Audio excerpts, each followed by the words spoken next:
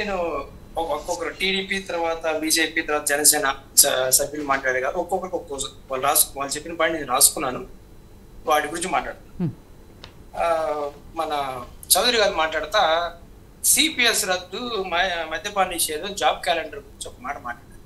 Sir మీకు తెలుసో లేదో 2014 మీ మేనిఫెస్టో 19వ పేజీలో రిక్రూట్మెంట్ క్యాలెండర్ ఇస్తాం మేము ప్రతి సంవత్సరం ఇచ్చారు.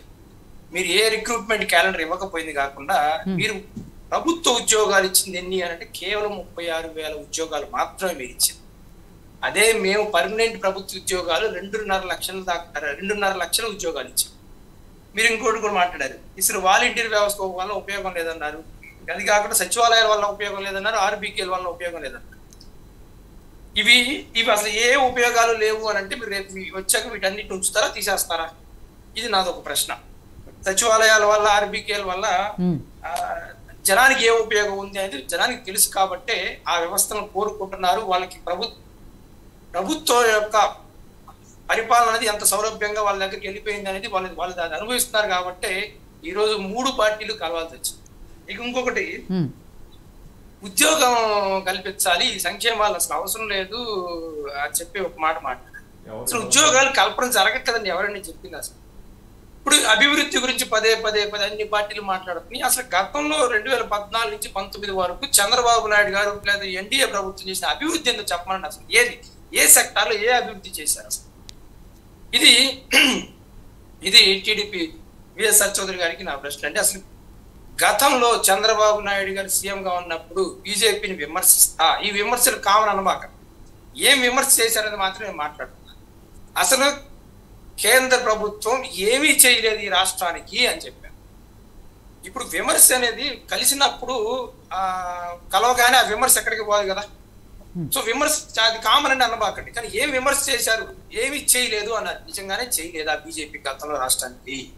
అందుకే మీరు బయటకు వచ్చారు. ఈ ప్రత్యేక హోదా లేకపోతే వీటన్నిటి పక్కన పెడదాం. మీరు అసలు అదే కాకుండా మీరు ఓన్లీ ప్రత్యేక హోదా కోసం మాత్రమే మేము బయటకు వచ్చాము, ఎన్డీఏలో వచ్చాను అని చెప్పాలి. ఆ రోజు అసలు బీజేపీ అసలు ఈ రాష్ట్రానికి ఏమి చేయలేదని చెప్పారు. మరి ఏమి చేయని బీజేపీ తోటి ఇప్పుడు ఎలా కలిశారు? ఇక తర్వాత బీజేపీ సభ్యులు వెంకటేశ్వర రెడ్డి గారు అన్న మాట్లాడతా ప్రతిపక్షాలు ఎప్పుడు ఏకం అవుతాయో తెలుసా మీకు? ప్రభుత్వం ఫెయిల్ అయినప్పుడు అన్నారు. నాకు అది నిజంగా విచిత్రంగా అనిపించింది. ప్రతిపక్షాలు ఎప్పుడు ఏకం అవుతాయి అంటే పాలకపక్షం బలంగా ఉన్నప్పుడు ప్రతిపక్షాలు బలం విడివిడిగా ఉంటే సరిపోదు కాబట్టి కలవాలని చెప్పి కలుస్తాయి. అది ఎందుకు? పాలకపక్షం బలంగా ఉన్నప్పుడే. అదే పాలకపక్షం బలంగా లేదనుకోండి, జగన్మోహన్ రెడ్డి గారు లేదా 2019 లాగా ఎవరు మన వాళ్ళు పోటీ చేసి ఉండే వాళ్ళు ఎవరికి వచ్చే సీట్లు వాళ్ళకి వచ్చాయని అందరూ కలిసిన ఎందుకు అయింది అంటే పాలకపక్షం బలంగా ఉంది కాబట్టి. ఇక ఇంకో మాట అన్నారు వెంకటేశ్వర రెడ్డి గారు, ఇప్పుడు ప్రత్యేక హోదా వ్యవహారంలో బీజేపీని టీడీపీ జనసేన పార్టీ అర్థం చేసుకున్నాయి అంటే అర్థం రేపు ఇక బీజేపీని ప్రత్యేక హోదా గురించి టీడీపీ కానీ జనసేన పార్టీ కానీ ఇంక అడగవా? ఇంక వాటి అసలు ప్రత్యేక హోదాని ప్రస్తావనే ఉండదా ఇక మీ ఎన్డీఏ ఏమంటారు ఎన్డీఏ ప్రభుత్వం వచ్చాక కానీ లేదా అసలు ఇప్పుడైనా సరే? ఇక ఇంకోటి, అసలు బీజేపీ నేను ఒకటి అడగాలనుకుంటున్నాను వెంకటేశ్వర రెడ్డి గారు, ప్రజాభిప్రాయం ప్రజాస్వామ్యం అని ఇందాక మీరు ఒక మాట మాట్లాడారు. అసలు ప్రజాస్వామ్యం మీకు మాట చెప్తాను. Last time Congress party Karnataka అధికారంలోకి వచ్చింది, మధ్యప్రదేశ్లో అధికారంలోకి వచ్చింది, గోవాలో అధికారంలోకి వచ్చింది. వాళ్ళని 10 మందినో 15 మంది ఎమ్మెల్యేలను తీసుకొని వాళ్ళతో రాజీనామాలు చేపించేసి ఆ ప్రభుత్వాలను పడగొట్టేసి మళ్ళీ మీరు ప్రభుత్వంలోకి వచ్చి ఆ ఉప ఎన్నికలు పెట్టుకొని మళ్ళీ ఇది ప్రజాస్వామ్యం సార్? ఇదేనా అసలు ఆ పరిస్థితి? ప్రజలు ఇచ్చిన అభిప్రాయాన్ని 5 ఏళ్ల పాటు మీరు ఎందుకు యాక్సెప్ట్ చేయట్లేదు? మీ బీజేపీ నిజంగా ప్రజల యొక్క అభిప్రాయాన్ని గౌరవించేటట్టయితే ఎందుకని 5 ఏళ్ల పాటు ప్రజలు ఇచ్చిన అభిప్రాయాన్ని ఎందుకని వెయిట్ చేయట్లేదు మీరు? ఈవెన్ తెలంగాణలో కూడా రేపు కానీ పార్లమెంట్ ఎలక్షన్స్ తర్వాత ఆ ప్రభుత్వం పోతాం అనే అనుమానాన్ని మీరు కలిగించారా లేదా? మీరు అందరు కలిసి ఖచ్చితంగా కలిగించారు. రేపు కాంగ్రెస్ పార్టీ ప్రభుత్వం తెలంగాణలో రేపు 5 ఏళ్ల పాటు పూర్తి చేసుకుంటుందా లేదని అందరికీ అనుమానంగానే ఉంది. కేవలం మీ నుంచే మీ యొక్క రాజకీయ కథలో తెలుసు కాబట్టే ప్రజాస్వామ్యంలో ప్రజల అభిప్రాయానికి ఎటువంటి గౌరవం ఉన్న ఏకైక పార్టీ బీజేపీ పార్టీ. అది ఎన్నో రాష్ట్రాల్లో కనపడతానే ఉంది. ఇక డబుల్ ఇంజిన్ సర్కార్ వల్ల అభివృద్ధి, ఇంకోటి కూడా అన్నారు ఏంటది, కేంద్రం ఇచ్చే వాటన్నిటితోటి చేసుకుంటా జగన్మోహన్ రెడ్డి చేస్తున్నారు. దానికి ఎగ్జాంపుల్, సింపుల్ ఎగ్జాంపుల్ అని ఒకటి చెప్పారండి. ఏంటంటే ఈ రాష్ట్రంలో బియ్యం పంపిణీ అనేది కేంద్రం చేస్తుందని. ఒకసారి లెక్కలు చూడండి సార్, ఈ రాష్ట్రంలో 80 లక్షల కార్డులు పైగా ఈ రాష్ట్ర ప్రభుత్వం ఇస్తుంటే మీరు అందులో ఇస్తున్న కేవలం 54 లక్షల మందికి. అది కూడా మీరు ఇస్తున్నది 4 కేజీలు అనుకుంటా, నాకు తెలుసు కాదా? ఓకే అని అదొకటి చిన్న క్లారిటీ లేదు. కానీ మీరు ఇస్తుంది అయితే మేము 88 లక్షల మందికి ఇస్తుంటే మీ దగ్గర నుంచి వస్తుంది 54 లక్షల మంది. ఇది ప్రతి ఒక్క దాంట్లోనే ఉంది. మీరు ఇచ్చేదానికి మేము ఇచ్చేదానికి చాలా వాటిలో చాలా తేడాలు ఉన్నాయి. ఇక ఇంకొకటి, ఇందాక మన చౌదరి గారు మాట్లాడతా పులివెందుల్లో కనీసం 5,000 ఇల్లు కూడా కట్టించలేదు అని మాట్లాడారు. అసలు ఎంత విచిత్రంగా అనిపించిందంటే నాకు, 2014 టీడీపీ మేనిఫెస్టోలో జగన్మోహన్ రెడ్డి గారు 25 లక్షలు ఇల్లు కట్టిస్తామంటే చంద్రబాబు నాయుడు గారు ఏకంగా 30 లక్షల ఇల్లు కట్టిస్తాం మేమన్నారు. కనీసం టిక్కో ఇల్లు 4 లక్షలు మొదలుపెట్టి 2.5 లక్షలు శంకుస్థాపన చేస్తే ఆయన దిగబోయే సమయానికి ఫినిష్ చేసింది ఎంత అంటే కేవలం 78,000 ఇల్లు, 70 నుంచి 80,000 లోపు. ఆయన ఆయా మొత్తం మీద కట్టింది అక్కడ అంటే 1,00,000 లోపు ఇల్లు కట్టింది. ఈ రోజు వచ్చి జగన్మోహన్ రెడ్డి గారు 31 లక్షల మందికి ఇళ్ల స్థలాలు ఇచ్చి ఆల్మోస్ట్ మొన్న 5 లక్షలు మళ్ళీ 6 లక్షలు ఇల్లు ఫినిష్ చేసి ఎన్నికల లోపు 22 లక్షలు ఇల్లు ఫినిష్ చేయడానికి ఒక కార్యక్రమం జరుగుతా ఉంటే ఆయన వచ్చి విమర్శించడం, కేవలం 1,00,000 కూడా ఇల్లు కట్టిన వ్యక్తులు వచ్చి వీళ్ళు గతంలో పరిపాలన చేసే మర్చిపోయారని నేను అనుకుంటా ఉన్నా. పూర్తిగా మర్చిపోయారు వీళ్ళు. మేము కూడా పరిపాలన చేసాము, మేము కూడా హామీలు ఇచ్చాము, ఆ హామీలు ఎంతవరకు నెరవేర్చాము లేదన్న సంగతి వీళ్ళు మర్చిపోయారు అనుకుంటాం. ఇక అభివృద్ధి, ఎస్ వెంకటేశ్వర రెడ్డి గారు కూడా అభివృద్ధి అని అంటే అసలు ఏంటి, ఏ రూపంలో చంద్రబాబు నాయుడు గారు ప్రభుత్వం ఉన్నప్పుడు వీళ్ళందరూ కలిసి అభివృద్ధి ఏ రూపంలో ఎక్కడ చేశారు? అసలు మౌలిక వసతులు కల్పించడం ప్రజలకి, ఇది అభివృద్ధి. రోడ్లు వేయడం, నీటిపారుదల ప్రాజెక్టులు కట్టడం, ఉద్యోగం కల్పించడం, లేదా ఇల్లు లేని వాళ్ళకి ఇల్లు కల్పించడం, వీటన్నిటిలో కూడా మీ ప్రభుత్వానికి మా ప్రభుత్వానికి కంపారిజన్ ఉందా? ఏ నీటిపారుదల వ్యవహారంలో చంద్రబాబు నాయుడు ప్రభుత్వం మేము వేల కోట్లు ఖర్చు పెట్టాను, ఏ ప్రాజెక్ట్స్ మీకు చేశారు చెప్పానండి? అదేమంటే పట్టిసీమ, అది మరీ విచిత్రం. కింద పోయి నీటిని ఎత్తిపోతలతోటి ఏంటంటే దానికి ప్రాజెక్ట్ అని పేరు పెట్టారు. ఏకంగా అసలు పట్టిసీమ నదిని పేరు పెట్టారు ఆ పోలవరం కుడి కాలువకి. అంత జిమ్మిక్లు చిత్రాలు అన్నీ కూడా. ఇక జనసేన మన మిత్రులు బోస్ గారు మాట్లాడతా ఫస్ట్ కొద్దిగా మరీ అంటే అది కొద్దిగా చిన్నగా అనిపించింది ఏంటంటే కంటైనర్లో డబ్బులు. అదేమంటే స్కూల్ పిల్లలకు కూడా తెలుస్తుంది, అంటే స్కూల్ పిల్లలకు కూడా తెలిసే విధంగా ఒకవేళ డబ్బులు తీసుకెళ్లాలనుకుంటే ఎవరైనా తీసుకెళ్తారు?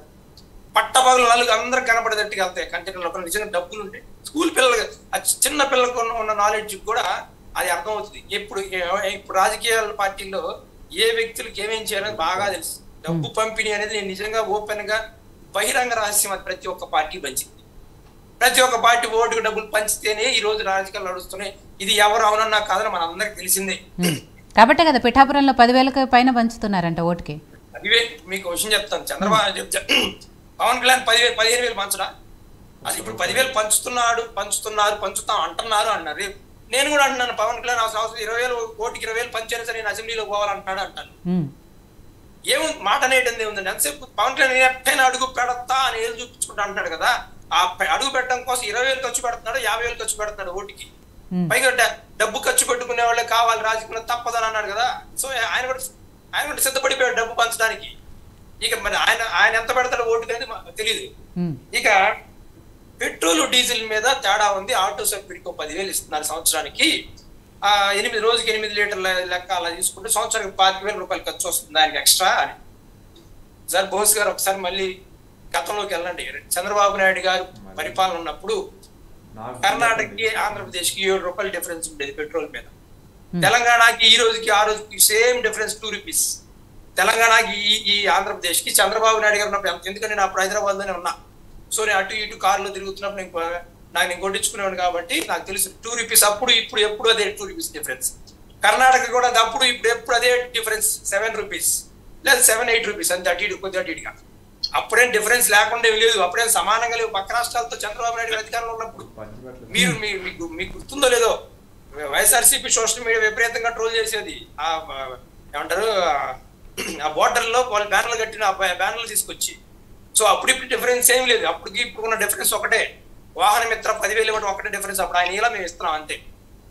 ఇంకోటి, ఫీజు రియంబర్స్మెంట్ తల్లిదండ్రులకి ఇచ్చి వ్యవస్థను నాశనం చేస్తున్నా అన్నారు. అసలు మరి అది ఈ ఫీజు రియంబర్స్మెంట్ లేనప్పుడు ఎవరంటే ఫీజులు కట్టుకునేది? తల్లిదండ్రులు కాదా? వాళ్ళ చేతుల మీద వాళ్ళు కట్టుకోరా? ఈ రోజు కాలేజీలకు ఇవ్వకుండా తల్లిదండ్రులకు ఇవ్వడం వల్ల తల్లిదండ్రులు వాడేసుకుంటున్నారు. వాడుకుంటే రేపు కట్టుకోవాలని వాళ్ళకి తెలియదా? వాళ్ళని చిన్నపిల్లల. తల్లికి జగన్మోహన్ రెడ్డి గారు ఇచ్చే ఉద్దేశం ఒకటే అన్నాడు, నేను దానం చేశాను అన్నట్టు కాకుండా పిల్లల్ని మీరే చదివించుకున్నారన్న అభిప్రాయంతో, ప్రభుత్వం చదివించిన అభిప్రాయంతో కాకుండా మీరే చదివించుకున్నారన్న అభిప్రాయంతో మీరే కట్టుకోవాలి వెళ్ళి కాలేజీ దగ్గరికి అన్న ఉద్దేశంతో నేను తల్లిల అకౌంట్లు వేస్తున్నానని చెప్పాను. తల్లికి తెలియదండి పిల్లలు ఫీజు కట్టుకోవాలి అని. డబ్బులు వేస్తే వాడేసుకున్నాను నేను, రేపు మళ్ళీ నీ పిల్లలు కట్టాలని చెప్పి వాళ్ళకి తెలియదా? వాళ్ళు కట్టుకోవట్లేదు. ఇప్పుడు వాళ్ళు కట్టుకోకుండా ఇంతమంది చదువుకుంటున్నారు, ఇన్ని లక్షల మంది ఇన్ని సంవత్సరాల నుంచి. ఇంకోటి పవర్ బిల్. అసలు నాకు మరీ విచిత్రం ఏంటంటే, నేను దీనికి 100 సార్లు ఎంక్వైరీ చేశాను. కరెంటు ఛార్జీల మీద జగన్మోహన్ రెడ్డి గారు యూనిట్ ఛార్జెస్ పెంచారా? దీనికి స్ట్రైట్ గా పలానా రోజు పలానా జీవో తోటి పెంచాడు అని 8 సార్లు పెంచాడు, 7 సార్లు పెంచాడు, 9 సార్లు పెంచాడు. టీడీపీ వాళ్ళు జనసేన వాళ్ళు ఎప్పుడు అని అంటారు కదా, ఆ పెంచినట్టుగా 9 సార్లు 8 సార్లు కాదు 2 సార్లు పెంచినట్టుగా, కనీసం జగన్మోహన్ రెడ్డి గారు 2 సార్లు పవర్ ఛార్జెస్ పెంచినట్టుగా మీరు డేట్ తో సహా జీవోతో సహా ఇవ్వండి. అదేమంటే చీకటి జీవోలు అంటే. పోని చంద్రబాబు నాయుడు గారు దిగేటప్పుడు పర్ యూనిట్ ఛార్జ్ అప్పుడు ఎంత ఉంది, ఇప్పుడు యూనిట్ ఛార్జ్ ఎంత ఉంది? నాకు తెలిసి నేను చెప్తా. ఫస్ట్ జగన్మోహన్ రెడ్డి గారు స్లాబులు మార్చారు. రెండోది 200 యూనిట్లు పైన వచ్చే వాళ్ళకి మాత్రమే కరెంట్ పవర్ ఛార్జెస్ పెంచారు. ఈ 2 మాత్రమే తప్ప వీళ్ళన్నట్టుగా 7 సార్లు 8 సార్లు పెంచినట్టుగా ఎక్కడైనా సరే చంద్రబాబు నాయుడు గారు దిగిపోయేటప్పుడు 1 నుంచి 100 వరకు యూనిట్ కి ఈ ఛార్జ్ ఉంది. జగన్మోహన్ రెడ్డి గారు ఇంత పెరిగింది అని ఒక్క ఆధారం చూపి మనకు. 200 యూనిట్ల లోపు జగన్మోహన్ రెడ్డి గారు పవర్ ఛార్జెస్ పెంచినట్టుగా పలానా ఇదిగో చంద్రబాబు నాయుడు గారు దిగేటప్పుడు ఈ యూనిట్ ఛార్జ్ చూపించమనండి. డ్రామాటికల్ గా ఏదో ఒక పదాలు వాడేస్తున్నారు. వాస్తవంగా వాడకం పెరిగింది. నేనే ఉన్నాను. నా ఇంట్లో అంతకుముందు ఒక ఏసీ ఉంది, ఈరోజు 2 ఏసీలు నాకు ఆటోమేటిక్ గా నాకు యూనిట్ పెరుగుతుంది. ఆ యూనిట్ వదిలేసి అసలు ఎన్ని యూనిట్లు మనం కాలుస్తున్నాం అని పదం కూడా చెప్పరు. మళ్ళీ సేమ్ యూనిట్లకు వచ్చింది అని చెప్పరు. అప్పుడు 500 వచ్చింది, ఇప్పుడు 2000 వచ్చిందంట. కానీ అప్పుడు ఎన్ని యూనిట్లు వాడా, ఇప్పుడు ఎన్ని యూనిట్లు వాడా అని చెప్పరు మళ్ళీ ఎవరు. జనం క్లారిటీతో ఉన్నారండి. వాస్తవంగా చెప్తున్నాను, జనం క్లారిటీతో ఉన్నారు. అభివృద్ధి కూడా జగన్మోహన్ రెడ్డి గారు చేసిన అభివృద్ధి కళ్ళ ముందు కనపడతా ఉంటది. ఆ సిమెంట్ రోడ్లైనా, ఆ రోడ్లైనా కూడా, మట్టి రోడ్లైనా కూడా, లేదు లక్షల మందికి ఇళ్ళైనా కూడా, ఏ అభివృద్ధి వాళ్ళ కంటికి కనపడుతున్నా కూడా అదంతా జగన్మోహన్ రెడ్డి గారి పరిపాలన వచ్చాకే కనపడుతుంది. ఇది జనానికి క్లారిటీ ఉంది కాబట్టి వీళ్ళు ముగ్గురికి కలవాల్సి వచ్చింది. జగన్మోహన్ రెడ్డి గారు ఇంకోటి అయిపోయిందమ్మా. 2014 నుంచి మన బోస్ గారు మాట్లాడతా, జనానికి ఆప్షన్స్ గతంలో 5 ఆప్షన్స్ ఉన్నాయి, ఇప్పుడు 2 ఉన్నాయి. సో జనం నిర్ణయించుకోవాలి అని. ఎస్, జనం నిర్ణయించుకొని అయిపోయింది. ఆప్షన్ 2 ఉన్నా 10 ఉన్నా 8 ఉన్నా కూడా ఆ జనం ఆల్రెడీ నిర్ణయించుకొని అయిపోయింది. ఈ మాయా కూటమి అనే దానికి అసలు కలవడానికి ఏంటి అంటే జగన్మోహన్ రెడ్డి గారిని ఓడగొట్టడం ఒకటే వీళ్ళ ఏకైక ఎజెండా. అదేం ఎజెండా? ప్రజలకు ఏం చేస్తాం అనేది కదా ఎజెండా. జగన్మోహన్ రెడ్డి గారిని ఓడగొట్టడం. జగన్మోహన్ రెడ్డి గారిని ఎందుకు ఓడగొట్టాలి అని అంటే వీళ్ళ దగ్గర సమాధానం ఏంటంటే ఏదో 2-3 పదే అదే 2-3 చెప్తారు. ఎప్పుడు సిపిఎస్ రద్దు, మద్యపాన నిషేధం, ధరలు పెరిగినాయి. చంద్రబాబు నాయుడు గారు 2014కి 2019 ఒకే ధర ఉందా? 72 రూపాయలు ఉంది చంద్రబాబు నాయుడు గారు ఎక్కేటప్పుడు పెట్రోల్, ఆయన దిగేటప్పుడు 86 రూపాయలు అయింది. పెరగలేదా? ఏ రేటు ఏది పెరగకుండా ఉంది? ఏ 5 సంవత్సరాలు ఏది పెరగకుండా ఉంది అసలు? ఇది ఇక 2014 నుంచి 2019, 2019 నుంచి 2024 కంపారిజన్ చేసుకున్నాడు. ఎస్, కంపారిజన్ చేసుకుంటే ఎక్కడ కనపడ్డా జగన్మోహన్ రెడ్డి గారి పరిపాలన కనపడుతుంది. ఏ ఒక్క నగరానికి కూడా, నేను గుంటూరులో ఉన్నానండి. ఇప్పుడు గుంటూరులో రోడ్లు కానీ, పార్కులు కానీ, ఈ ప్రభుత్వం, నేను చంద్రబాబు నాయుడు గారి పరిపాలన ఉన్నప్పుడు ఉన్నాను గుంటూరులో, ఒక 2 ఏళ్ళు ఉన్నాను. అప్పుడు కూడా ఒక్క రోడ్డు కానీ, ఒక పార్క్ కానీ, గవర్నమెంట్ కి సంబంధించిన ఒక బిల్డింగ్ కానీ ఏది డెవలప్ చేయాలి చంద్రబాబు నాయుడు గారు. ఒక్కటి కూడా, ఒక్క వ్యవస్థను కూడా. అదే జగన్మోహన్ రెడ్డి గారు వచ్చి గుంటూరులో ఉన్న ప్రతి ఒక్క ప్రభుత్వ పాఠశాల, ప్రభుత్వ మెడికల్ కాలేజీ, మెడికల్ ఏమంటారు ఇది హాస్పిటల్ కానీ, ప్రతి పార్కు, రోడ్లు అన్ని డెవలప్ అయ్యి నేను కాబట్టి నేను చూపిస్తా ఆధారం గుంటూరులో. ఇది ఇక 2019లో జగన్మోహన్ రెడ్డి గారికి ప్లస్లే ఉన్నాయి, మైనస్లే ఉన్నాయి. ఇప్పుడు కూడా నాకు తెలిసి ప్లస్ తప్పితే మైనస్ ఉన్నాయి నేను అనుకోవట్లా. ప్రతిపక్షం ఆ రోజు బాబాయ్ ఊకిళ్ళు బాబాయ్ అన్నది, ఆ రోజు కోడికత్తి అన్నది, ఆ రోజు కూడా ఇంకోటి జగన్మోహన్ రెడ్డి గారు తండ్రి చనిపోతే శవం దగ్గర సంతకాలు పెట్టించుకున్నారు. ఇలాంటి పిచ్చి ఆరోపణలు ఆ రోజు చేస్తానన్నారు, ఈ రోజు చేస్తానే ఉన్నారు ఏదోటి. కానీ ప్రతిపక్షాలు చేసిన ఆరోపణలు మైనస్ అని కూడా పొరపాటు. ప్రతిపక్షాలు ఎప్పుడు అదే చేస్తాయి. ఇక విచ్చలవిడిగా డబ్బు పవన్ కళ్యాణ్ నిద్రపోనివ్వట్లేదు వీళ్ళని చెప్పారు.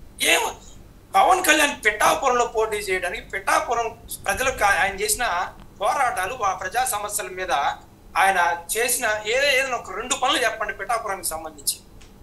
కేవలం అక్కడ అతను సామాజిక వర్గం ఎక్కువ ఉంది అన్న కారణం తప్ప, ఇందాక కూడా అన్నారు బోస్ గారు, మేము ఏమంటారు అనాలిసిస్ చేస్తే టీడీపీకి జనసేన పార్టీకి వచ్చిన ఓట్లు అన్ని చూసుకుంటే 1 లక్ష వరకు మెజారిటీ వచ్చే అవకాశం ఉంది కాబట్టి ఎస్, అదే అనాలిసిస్ తప్ప పిఠాపురానికి ఆయన చేసింది ఏంటి, ఆయన పోరాటాలు ఏంటి, రేపు అసెంబ్లీలోకి వచ్చి మాత్రం ఆయన ఏదో దడదలాడిస్తుంటే ఎవరు అనుకోవట్లా. ఎందుకంటే ఆయన మైకుల ముందు ఆయన సభలు కాబట్టి ఆయన తలగిరేసుకుంటా మాట్లాడుతుంటే దానికి వింటారేమో కానీ అసెంబ్లీలో ఆయనకు వచ్చి 1-2 సీట్లకి అంత టైం ఇరు. ఆయన సుదీర్ఘంగా వాళ్ళని వీళ్ళని విమర్శిస్తాను, వాళ్ళని పర్సనల్ గా తిడతాను అని అనడానికి అంత టైం ఇరు అక్కడ.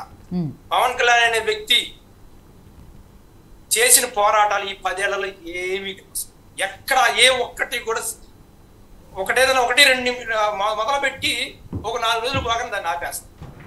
ఏ పర్టికులర్ కన్స్ట్రక్టివ్ గా ఒక సమస్యని మీదకెత్తుకొని దాని సమస్య పూర్తయ్యే వరకు కూడా ఏ రోజు ఏ ఒక్కటి చేయలేదు. అసలు నిజం చెప్పాలంటే అతి తక్కువ ప్రజల్లో ఉన్న నాయకుడు ఎవరు అంటే పవన్ కళ్యాణ్. అతను పార్టీ పెట్టిన తర్వాత సరిగ్గా చెప్తే నాకు తెలిసి అయితే 2014 నుంచి 2019 వరకు 56 రోజులు, కేవలం 5 ఏళ్ళ 56 రోజులు. ఇప్పుడైతే 119 రోజులు 120 రోజులు ఉన్నాడు. ఈ 1800 రోజుల కాలంలో ఆయన కేవలం ఉంది ఒక 120 రోజులు మాత్రమే జనాలు. ఇలాంటి వ్యక్తి అసెంబ్లీలోకి పోతే ఏదో అయిపోద్ది అనేది మేమైతే అనుకుంటాం. ఇంకో ఫైనల్ గా మీకు ఒకటి చెప్తాను మేడం, అందరికీ కూడా